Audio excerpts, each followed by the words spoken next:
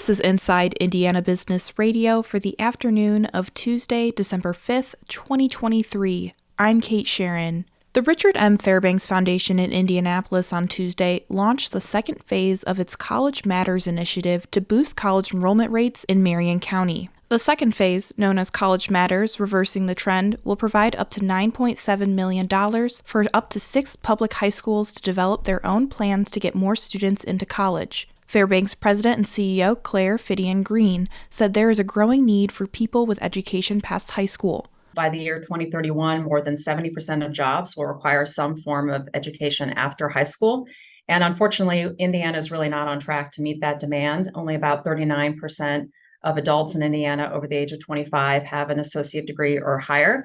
And our college enrollment rates have declined precipitously down from 65% about 10 years or so ago to 53% today.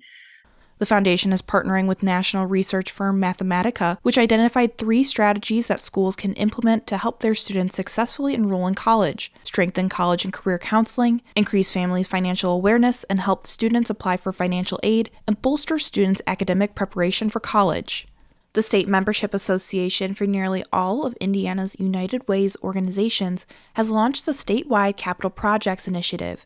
Indiana United Ways says it will provide $80 million in matching grants to select not-for-profits to help accelerate and complete capital projects throughout the state. The initiative, supported by the Indianapolis-based Lilly Endowment Incorporated, will run from 2024 to 2028. The capital projects that receive funding will specifically focus on increasing the availability and quality of essential health and human services, the association said. Eligible not-for-profits can seek grants of up to $1.5 million, but their requests must be no more than 50% of the cost of the project. The organizations must also apply in collaboration with their local United Way. Vanderburgh County Commissioners are scheduled to vote today on a request to rezone agricultural land near I-69 and State Road 57 in northern Vanderburgh County for a new Love's Travel Stops location. Last month, the Area Plan Commission voted 7-3 with 1 abstention to recommend the commissioners deny their request. The commissioners' vote today will determine if Love's moves forward with developing more than 30 acres of land currently owned by the Indiana University Foundation. Neighbors who live near the intersection claim safety and quality of life issues as reasons for the opposition. Neil Woods, who owns 850 acres in the area, said the development would be a dramatic departure for the area.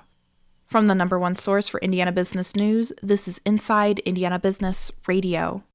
Whether it's a new hire or a noteworthy promotion, IIB's Big Wigs and New Gigs serves as a platform to promote your team. Our revamped offering includes being featured on both the newly redesigned newsletter and at InsideIndianaBusiness.com. Subscribers to the Business News subscription save $10 off every listing. Plus, you can save $100 by bundling your submission to IIB with the Indianapolis Business Journal or the Indiana Lawyer. More at InsideIndianaBusiness.com. A South Bend-based startup is one step closer to market with a device for heart failure patients that, tucked under their home mattress, monitors their body for a common complication, fluid overload.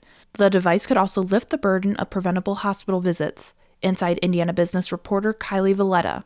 Vital View Technologies recently closed a $4.6 million round of funding to commercialize an at-home sensor that could help the nearly 7 million Americans living with heart failure. The heart's inability to pump enough blood causes fluid to build up and can lead to fluid in the lungs. Currently, patients are told to watch for rapid weight gain or swelling, but Vital View Technologies co-founder and CEO Ray Frazier says these symptoms don't show up until fluid is likely already in the lungs. The startup's device, called VitalSense, is a flat sensor that slides under the patient's mattress at home, and based on advances in radio frequency technology, the device constantly monitors total body fluid. Basically, we're transmitting a signal through space. It's reflecting off the body, and when a signal reflects off a fluid, it has a unique signature. So we're able to pick up that unique signature. VitalSense also alerts the patient and care team if the fluid level exceeds a safe threshold unique to each person. Notre Dame's Idea Center is helping commercialize the device, which is based on discoveries made by Dr. Thomas Pratt, an electrical engineering professor at the university. Kylie Valletta, Inside Indiana Business Radio.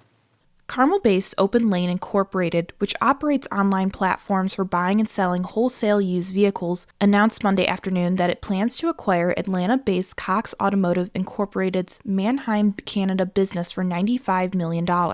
Open Lane, which operated as Car Auction Services Incorporated until a rebranding earlier this year, told IBJ that it expects to close the deal within the next 30 days. Both Open Lane and Manheim, Canada have physical facilities in 5 metro areas in Canada: Montreal, Vancouver, Edmonton, Toronto, and Halifax. The acquisition will include Manheim, Canada's Montreal facility, but not the other 4. Open Lane plans to move its Montreal people, operations, and inventory into Manheim's Montreal facility, then sell the Open Lane Montreal facility. Proceeds from that sale are expected to offset a substantial part of the $95 million acquisition costs.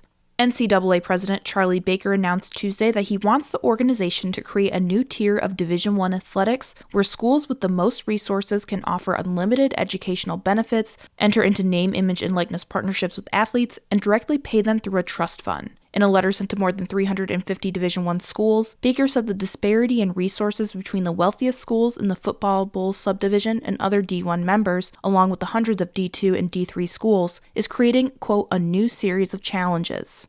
The Indianapolis City County Council on Monday gave the green light to the city's plan to create a new taxing district for the 11-park development downtown along the White River. The 23-1 vote allows for the city to proceed with establishing a professional sports development area, or PSDA, to partially pay for a 20,000-seat soccer stadium for Indy 11. The PSDA would generally rely on state retail taxes, local and state income taxes, and food and beverage taxes collected in the district, but the resolution for the district also allows innkeepers' taxes and admission taxes to be used. The proposed boundaries for the PSDA include the entire 20-acre site, but go beyond the property to form a piecemeal, non-contiguous district made of properties throughout downtown, but all within a 1-mile radius of the 11-park site as required by law. Both the taxing district and the 11-park project must still clear additional hurdles in the coming months to come to fruition.